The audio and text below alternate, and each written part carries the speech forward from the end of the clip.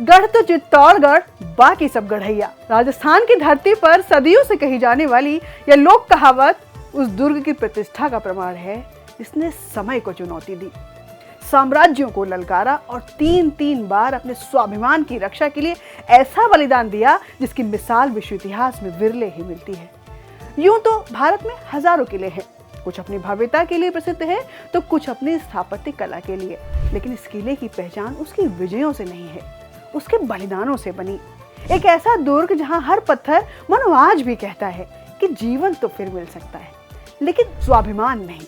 और वही है चित्तौड़गढ़। भारत के दुर्ग सीरीज में आज एक कहानी चित्तौड़गढ़ की।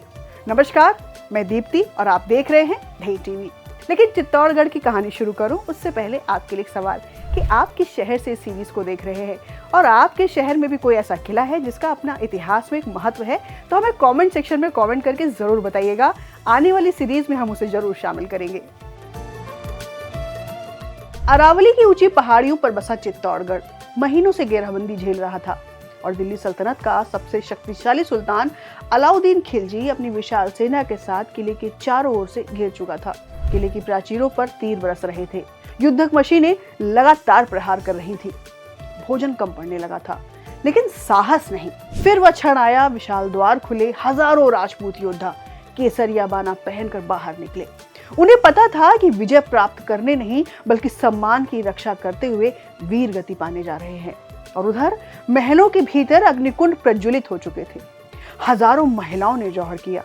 आप में से बहुत से लोगों ने संजय लीला भंसाली की फिल्म पद्मावत में ये सीन देखा भी होगा और कुछ कसक भी महसूस की होगी। लोक परंपराओं में इसी घटना के साथ रानी पद्मिनी की कथा जुड़ती है और इसका सबसे प्रसिद्ध वर्णन 16वीं शताब्दी में सूफी कवि मलिक मोहम्मद जायसी के महाकाव्य पद्मावत में मिलता है।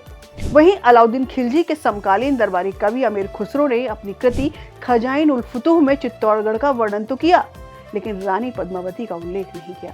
और इसी कारण इतिहासकार इस कथा के विभिन्न पक्षों पर अलग अलग मत रखते हैं। लेकिन एक बात तो निर्विवाद रूप से सत्य है कि उस दिन चित्तौड़ ने जीवन से अधिक मूल्य अपने सम्मान को दिया था और शायद उसी दिन यह केवल एक किला नहीं रहा, यह भारतीय स्वाभिमान का प्रतीक बन गया था।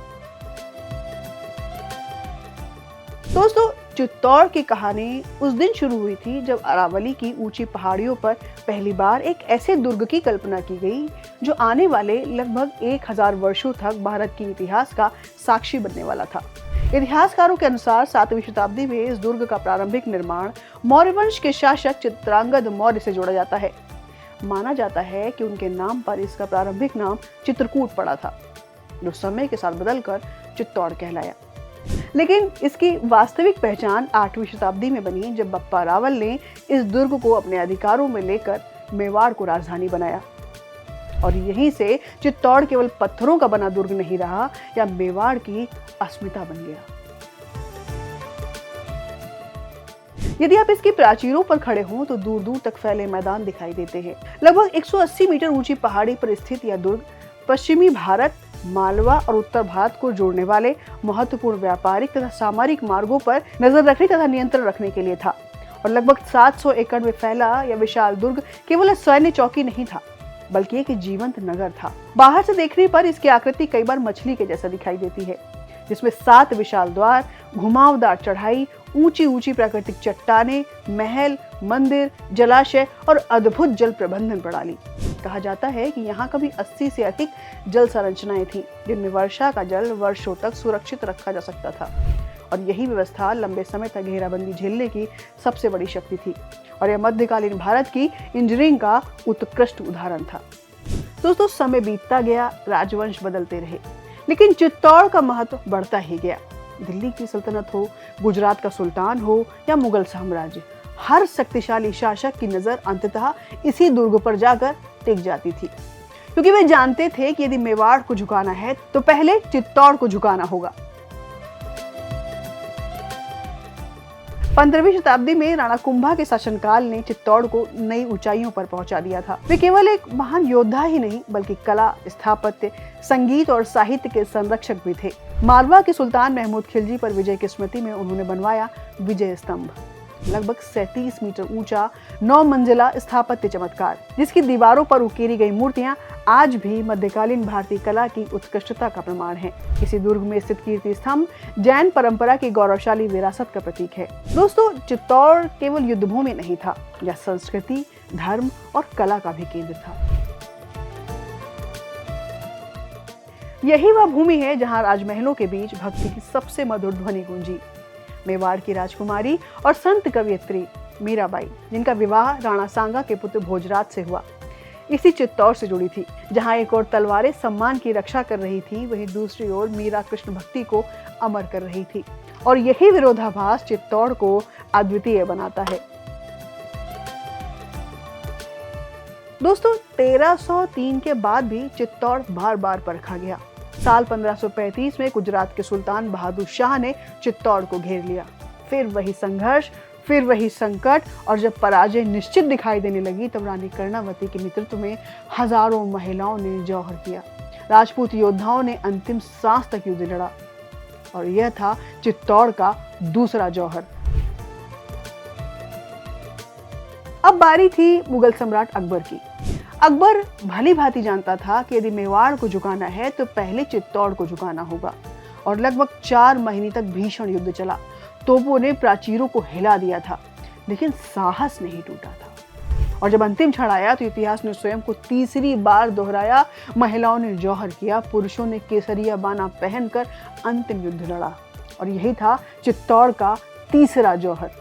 दुनिया के इतिहास में ऐसे उदाहरण अत्यंत दुर्लभ हैं, जहां एक ही दुर्ग ने 3 बार सामूहिक बलिदान का साक्षी बनकर भी अपनी पहचान नहीं खोई। दोस्तों, अकबर ने किले पर अधिकार जरूर कर लिया था, लेकिन वो मेवाड़ की आत्मा नहीं जीत पाया था।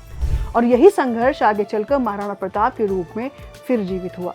हल्दी घाटी का युद्ध केवल एक सैन्य संघर्ष नहीं था, वह चित्तौड़ की उसी अस्मिता की अगली कड़ी था। जी हाँ, ये वही हल्दी घाटी का युद्ध था जिसका नाम लेने पर आज भी आम जनमानस के रोंगटे खड़े हो जाते हैं। दोस्तों, जब आप चित्तौड़गढ़ में प्रवेश करते हैं तो सबसे पहले उसकी विशालता नहीं, उसका मौन आपका स्वागत करता है।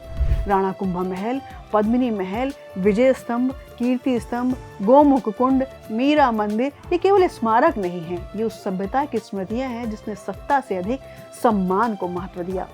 और इसी असाधारण ऐतिहासिक, सांस्कृतिक और स्थापत्य महत्व के कारण वर्ष 2013 में यूनेस्को ने चित्तौड़गढ़ को राजस्थान के अन्य हिल फोर्ट्स के साथ विश्व धरोहर स्थल घोषित किया है। अलाउद्दीन के समकालीन अमीर खुसरो, अकबर के दरबारी अबुल फजल और बाद में कर्नल जेम्स टॉड, सभी ने अपने अपने एंगल से मेवाड़ और चित्तौड़ की वीरता का वर्णन किया है।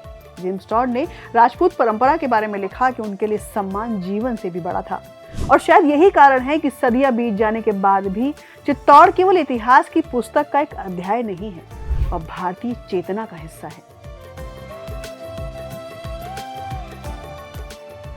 दोस्तों, इतिहास में अनेक साम्राज्य आए, उन्होंने विजय प्राप्त की, उन्होंने महल बनाए और समय की धूल में खो गए, लेकिन चित्तौड़गढ़ आज भी उसी अडिग गर्व के साथ खड़ा है, क्योंकि इसकी पहचान इसकी विजयों से नहीं, इसके बलिदानों से बनी है। और शायद इसीलिए कि आज भी जब कोई इसकी प्राचीरों पर खड़ा होता है तो उसे हवा में तलवारों की टंकार नहीं, स्वाभिमान की प्रतिध्वनि सुनाई देती है। और तभी लोकमानस से एक स्वर निकलता है कि गढ़ तो चित्तौड़गढ़, बाकी सब गढ़ैया।